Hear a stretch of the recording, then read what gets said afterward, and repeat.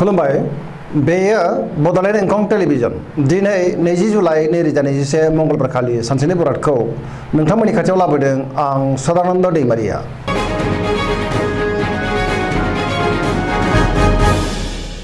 सिगां फरायनो लादों मेष राशि गिबि हांखो अ ल दिनैनि साना मोजां आरो गाज्रिनि गेजेरजों बाबेनलांगोन। गोसोनि साननायफोरा देबोरनांगोन। गोसोनि बोलोआ लोरबां जागोन। गोजोननाय गैयै जागोन। गोसोआव जिंगाया बांगोन। गोसोखौ दिनै जोबोर उसुखुथु आरो गुलुं गुजुं मोनगोन। मावनो हानाय खामानिखौ थि समावनो मावफुंनो हागोन। अब्लाबो नाथाय गोब्राबै मावनांगोन। देहाया मोजाङै थागोन। अब्लाबो जानाय लोंनायाव सांग्रां जानाया गाहाम। रांखावरियाव मोजां नाथाय खरसायाबो बांगोन। बेफार फालांगियाव मोजां मुलाम्फा मोननो हागोन। समाजाव बयजोंबो गनायजागोन आरो मान मोनगोन। नखराव बिसि फिसायनि गेजेराव अननानै फैगोन। फिसाज्ला एबा फिसाजोनिफ्राय हरखाबै गाज्रि खौरां फैनो हागौ। लाइमोनफोरा जोबोर आला खाला जागोन। फरायसाफ्रा फरायनायाव गोसो दुंखांगोन आरो मोजां फिथाइ मोनगोन। धोरोमारि बिथिङाव गोसो दुंखांगोन।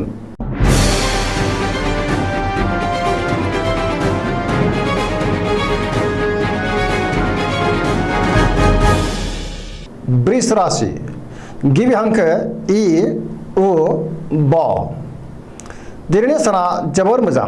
बहाबा दावबायहैनो खाबु मोनगोन आरो मोजाङैनो हान्थिनो हागोन। गुबुननि हेफाजाब मोननानै गोसोखौ दिनै जोबोर गोजोननाय मोनगोन। गोसोआव बोलो बांगोन। मावनो लानाय खामानिखौ थि समावनो आरो गोरलैयैनो मावफुंनो हागोन।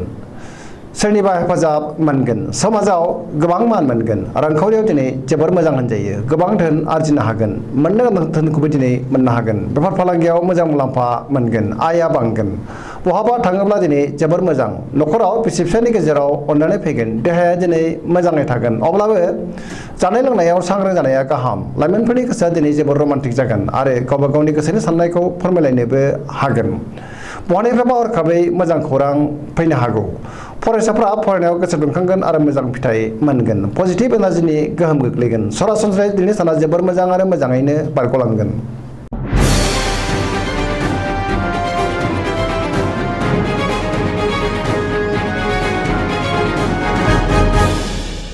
मिथुन राशि गिबि हांखो क स दिनैनि साना जोबोर मोजां।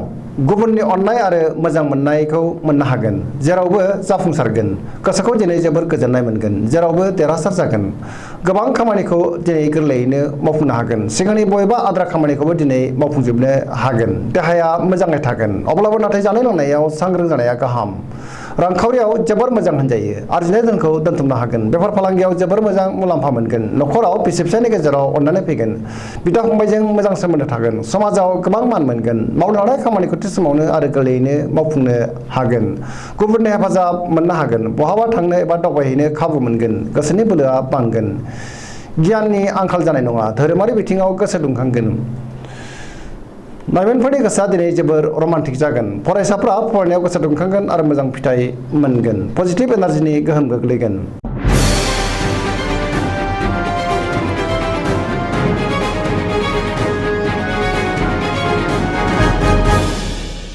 कर्कट राशि गिबि हांखो ड ड ह दिनैनि साना मोजां आरो गाज्रिनि गेजेरजों बाबेनलांगोन। गोजोननि आंखाल जागोन। सुथुरा बांगोन। समाजाव अदेबानि मान मोननो हागोन। बयजोंबो गोरोबनो रोंगोन। गोसोखौ जोबोर आला खाला मोनगोन। मावनो हानाय खामानिखौ थि समावनो मावफुंनो नाथाय गोब्राब जागोन। रांखावरियाव मोजां। बेफार फालांगियाव मोजां होनजायो। मोननो गोनांखौ दिनै मोननो हागोन। देहाया दिनै बारा मोजां थानाय नङा। गगा बायदि रोखोमनि बेरामजों खस्थ' मोननांगोन। जानाय लोंनायाव सांग्रां जानाया गाहाम।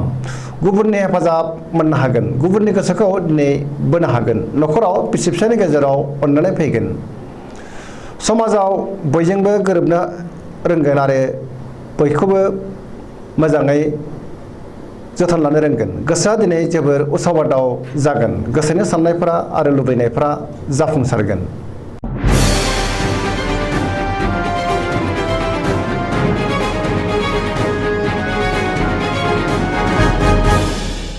सिंह राशि गिबि हांखो म ट दिनैनि साना जोबोर मोजां। गुबुननि थाखाय गोबां मोजां खामानि मावनानै होनो हानानै गोसोखौ दिनै जोबोर गोजोननाय मोनगोन। सोरबा गोजाम लोगोखौ दिनै बहाबा हरखाबै लोगो मोनगोन। मावनो लानाय खामानिखौ थि समावनो आरो गोरलैयैनो मावफुंनो हागोन सिगांनि आद्रा खामानिखौबो मावफुंनो हागोन गोसोखौ जोबोर गोजोननाय मोनगोन रांखावरियाव दिनै जोबोर मोजां होनजायो गोबां धोन आरजिनो हागोन आयआ बांगोन अदेबानि खरसायाबो बांगोन बेफार फालांगियाव जोबोर मोजां मुलाम्फा मोनगोन नखराव गोजोनै थागोन गोसोनि बोलोआ बांगोन समाजाव मान मोनगोन गुबुननि गोसोखौ दिनै गोरलैयैनो बोनो हागोन लाइमोनफोरनि गोसोआ दिनै जोबोर रमान्टिक जागोन बहानिफ्रायबा हरखाबै मोजां खौरां फैनो हागौ फरायसाफ्रा फरायनायाव गोसो दुंखांगोन आरो मोजां फिथाइ मोनगोन पजिटिभ एनार्जिनि गोहोम गोग्लैगोन सरासनस्रायै दिनै साना जोबोर मोजां आरो मोजाङैनो बारग'लांगोन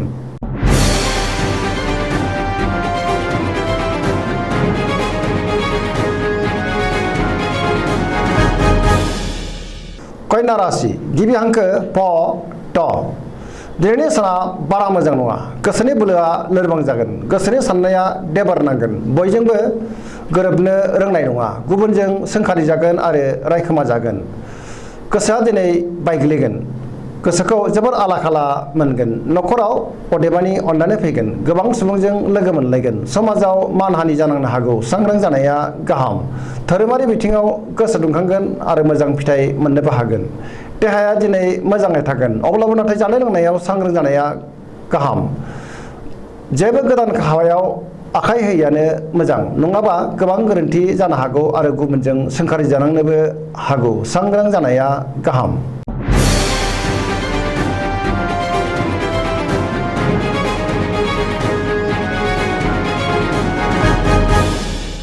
तुला राशि गिबि हांखो र ट दिनैनि साना जोबोर मोजां गोसोआव गोग्गो आरो गोथों साननाय फैगोन रांखावरियाव दिनै जोबोर मोजां होनजायो नाथाय खरसायाबो बांगोन बेफार फालांगियाव जोबोर मोजां मुलाम्फा मोनगोन सोरबा गोदान सुबुंजों बहाबा लोगो मोनलायगोन नखराव अनलायनाय फैगोन फरायसाफ्रा फरायनायाव गोसो दुंखांगोन आरो मोजां फिथाइ मोनगोन सेंग्रा सिख्लाफ्रा गोसोखौ दिनै जोबोर रमान्टिक मोनगोन समाजाव मान मोनगोन देहाया दिनै मोजाङै थागोन अब्लाबो जानाय लोंनायाव सांग्रां जानाया गाहाम बहाबा दावबायहैनो खाबु मोनगोन गोसोनि बोलोआ बांगोन गोसोनि साननायफोरा जाफुंसारगोन गोसोनि लुबैनायखौ मोननोबो हागोन लाइमोनफोरनि गोसोआ दिनै जोबोर रमान्टिक जागोन आरो गावबा गावनि गोसोनि साननायफोरखौ फोरमायलायनोबो हागोन पजिटिभ एनार्जिनि गोहोम गोग्लैगोन फरायसाफ्रा फरायनायाव गोसो दुंखांगोन आरो मोजां फिथाइ मोनगोन सरासनस्रायै दिनैनि साना जोबोर मोजां आरो मोजाङैनो बारग'लांगोन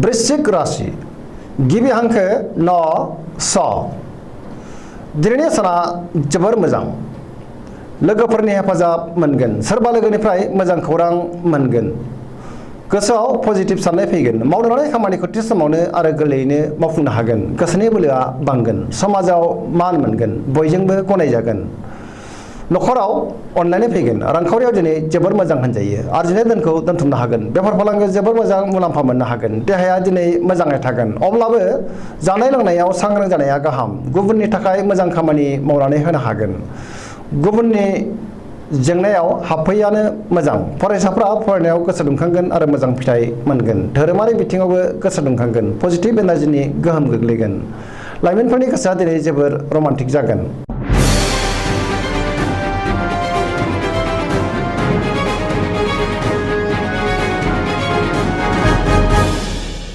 धनु राशि गिबि हांखो ढ फ भ दिनैनि साना जोबोर मोजां गोसोखौ दिनै जोबोर गोजोननाय मोनगोन गोसोआव मोजां आरो गोग्गो साननाय फैगोन पजिटिभ एनार्जिनि गोहोम गोग्लैगोन सोरजोंबा गोबां अनसायजागोन आरो अनजागोन गोसोनि बोलोआ बांगोन धोरोमारि बिथिङावबो गोसो दुंखांगोन मावनो लानाय खामानिखौ थि समावनो आरो गोरलैयैनो मावफुंनो हागोन सिगांनि बबेबा आद्रा खामानिखौबो दिनै मावफुंनो हागोन रांखावरियाव जोबोर मोजां होनजायो मोननो गोनांखौ दिनै मोननो हागोन गोबां धोन आरजिनो हागोन आयआ बांगोन बेफार फालांगियाव जोबोर मोजां मुलाम्फा मोनगोन देहायाबो दिनै मोजाङैनो थागोन अब्लाबो नाथाय जानाय लोंनायाव सांग्रां जानाया गाहाम नखराव बिसि फिसायनि गेजेराव अननानै फैगोन बिदा फंबायजों मोजां सोमोन्दो थागोन बिमा बिफानि अननाय आरो बोरखौ मोननो हागोन गुबुना खहा खालामनो नाजागोन नाथाय खहा खालामनो हानाय नङा लाइमोनफोरनि गोसोआ दिनै जोबोर रमान्टिक जागोन आरो गोसोनि साननायखौ फोरमायलायनोबो हागोन फरायसाफ्रा मोजां फिथाइ मोननो हागोन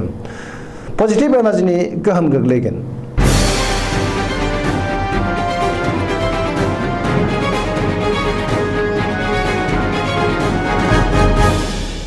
मकर राशि गिबि हांखो ख ज दिनैनि साना जोबोर मोजां नाथाय गोसोआव अहंखाराबो बांगोन गोसोखौ हमथानो हायोब्ला मोजां बहानिफ्रायबा मोजां खौरां फैगोन गोसोखौ जोबोर गोजोननाय मोनगोन देहायाबो मोजाङै थागोन गोसोनि साननायफोरा जाफुंगोन रांखावरियाव दिनै जोबोर मोजां मोननो गोनांखौ दिनै मोनगोन बेफार फालांगियावबो मोजां मुलाम्फा मोनगोन गुबुना खहा खालामनो नाजागोन अब्लाबो नाथाय खहा खालामनो हानाय नङा सोरजोंबा रायखोमा जानोबो हागौ सांग्रां जानाया गाहाम पजिटिभ एनार्जिनि गोहोम गोग्लैगोन लाइमोनफोरनि गोसोआ दिनै जोबोर रमान्टिक जागोन आरो गावबा गावनि गोसोनि साननायखौ फोरमायलायनोबो हागोन सरासनस्रायै दिनै साना जोबोर मोजां आरो मोजाङैनो बारग'लांगोन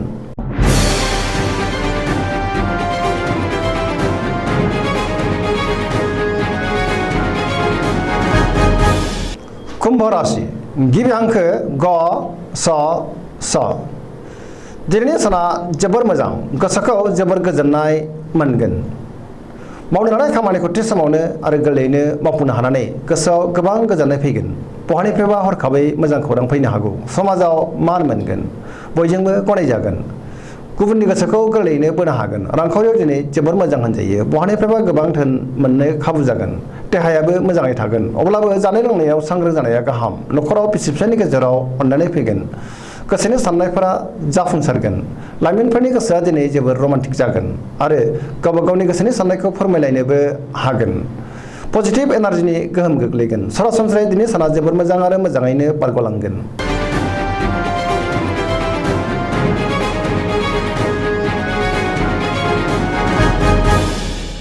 मीन राशि गिबि हांखो ड स दिनैनि साना जोबोर मोजां गोसोखौ जोबोर गोजोननाय मोनगोन गोसोनि बोलोआ बांगोन गुबुनजों बांद्राय बुङैयानो मोजां नङाब्ला गुबुना गोरोन्थि बुजिगोन देहायाबो दिनै मोजाङै थागोन रांखावरियाव जोबोर मोजां होनजायो आरजिनाय धोनखौ दोनथुमनो हागोन बेफार फालांगियाव जोबोर मोजां मुलाम्फा मोननो हागोन न'खराव अननानै फैगोन गुबुननि थाखाय मोजां खामानि मावनानै होनो हागोन गोसोआ दिनै जोबोर रमान्टिक जागोन आरो गोसोनि साननायखौ फोरमायनोबो हागोन गोसोनि साननायफोरा जाफुंसारगोन फरायसाफ्रा फरायनायाव मोजां फिथाइ मोननो हागोन आरो गोसो दुंखांगोन धोरोमारि बिथिङाव गोसो दुंखांगोन सरासनस्रायै दिनै साना जोबोर मोजां आरो मोजाङैनो बारग'लांगोन दिनैनि राशि फरायनाया एसेनोसै जोबनायाव बेखौनो खावलायो जाहाथे नोंथांमोना सानफ्रामबो जोंनि बे बड'लेण्ड इंखं टेलिभिजनखौ नायबाय थायो आरो साबस्क्राइब खालामो लोगोसे लाइक खालामो शेयार खालामो एसेनोसै गोजोन्थों